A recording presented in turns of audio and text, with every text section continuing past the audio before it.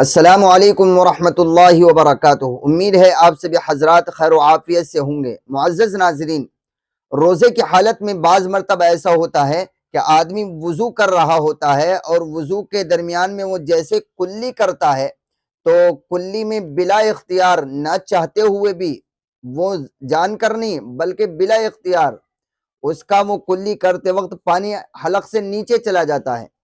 تو اب اس طرح کہ بلا اختیار گیا ہے، نہ چاہتے ہوئے بھی، وہ جان کر نہیں لے کر گیا، تو کیا اس طرح اگر پانی کلی کرتے ہوئے حلق سے نیچے اتر جائے تو کیا روزہ ٹوٹ جائے گا یا روزہ نہیں ٹوٹے گا؟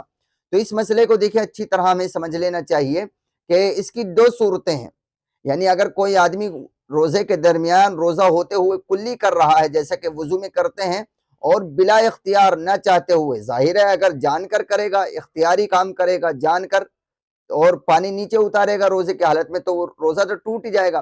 لیکن مسئلہ ہے بلا اختیار کا، وہ چاہتا نہیں لیکن بس چلا گیا دھوکے سے پانی نیچے، تو کیا اب روزہ ٹوٹے گا یا نہیں؟ تو دیکھیں اس طرح دو صورتیں ہیں۔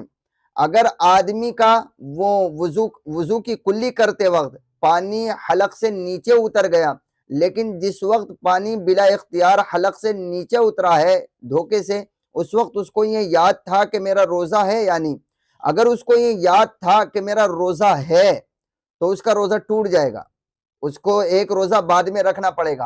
اور اگر اس کو جس وقت پانی بلا اختیار حلق سے نیچے اترا ہے کلی کرتے وقت، اس کو اگر یاد نہ تھا کہ میرا روزہ ہے یا نہیں، یعنی وہ روزہ بھی بھول گیا تھا جیسے بھول جاتے ہیں، تو پھر اس صورت میں اس کا روزہ نہیں ٹوٹے گا بلکہ بھول کے حکم میں آ جائے گا۔ امید ہے یہ مسئلہ آپ کو سمجھ میں آئے گا۔ اگر کچھ کنفیوژن ہے تو آپ کمنٹ باکس میں لکھ سکتے ہیں، انشاءاللہ اس کا جواب دے دیا جائے گا۔